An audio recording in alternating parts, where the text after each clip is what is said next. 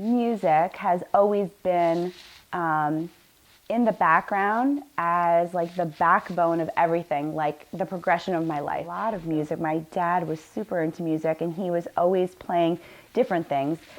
A lot of classic rock, a lot of Led Zeppelin, a lot of Creedence, Allman Brothers, but then he also listened to like Shirley Bassey and like Barbra Streisand, like random things. And my dad was young. My dad was only 19 when I was born, so, but he would listen to that all the time. He always had his record player in the living room. He had his headphones on and he'd be in there blasting something. And then always on Sunday morning, he would wake us up with Neil Diamond. So it was very diverse, a lot of different stuff. My mom, different things. She listened to Tom Petty. She listened to a lot of like jazz, like smooth jazz, which was super popular at the time. So there was a diverse selection of music for sure.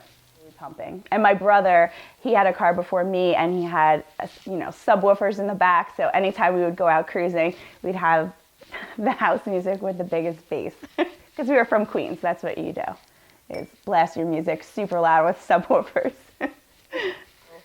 But we used to listen to house music. That's what, at that time, at that age, I was going to punk rock shows and I was going to, house music, raves in New York City. So I listened to a lot of Bad Boy Bill, a lot of Booty House. Chicago House. That's what I was probably pumping. No, so Bad Boy Bill was a Chicago House DJ. And so he played Chicago House, but he also, sometimes you would call it, depending upon the song, it'd be more like booty house music. So they're different. I can't describe it to you. I just have to play it for you. But that's what I was into when I was like 18. Punk rock music and booty house. Growing up, though, I shared the most experiences with my brother, he's a year younger than me. And so we pretty much did everything together growing up. And we went through a lot of different New York City scenes together. I'll just say that. So as we grew up together, we went through like the ska scene, the punk rock scene, the rave scene. So, and we always went everywhere together, all our shows growing up. So I think of actually my number one concert that I've ever been to was when I was little. My mom took me to see Paul Simon in the park, in Central Park.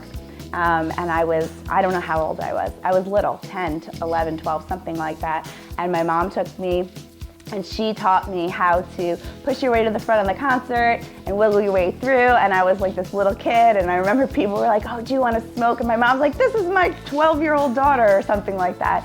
And I was interested in him because I saw that he had a suicide machine sticker on his graphing calculator because we were in chemistry class together.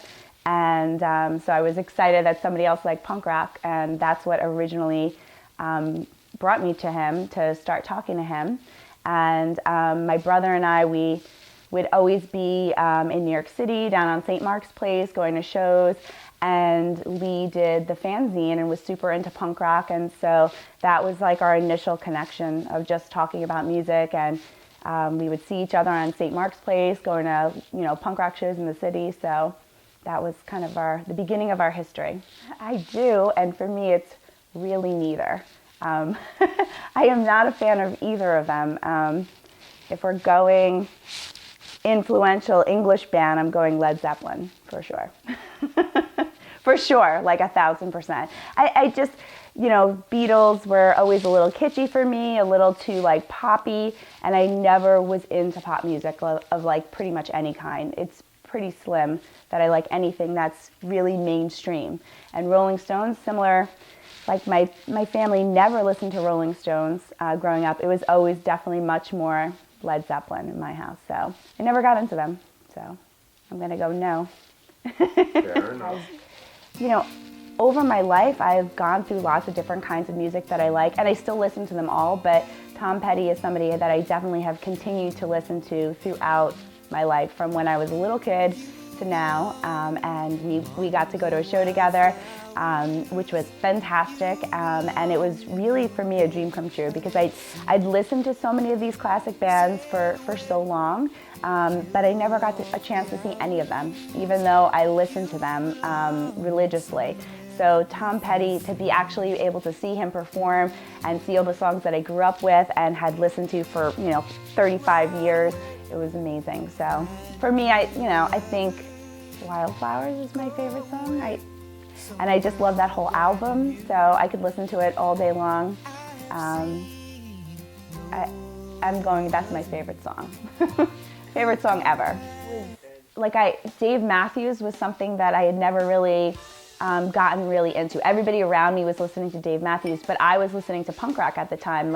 It was completely, totally different. And Lee, listened to Dave Matthews more and started to introduce me to him, and he ended up getting tickets to the Central Park concert right after 9/11. And he was amazing. It was great. I mean, it was my brother came, and Lee, and our friend Manny, and we were right center stage of the show, and it was just an incredible experience. I don't know how many people were there, over 100,000. It was enormous, the progression of my life.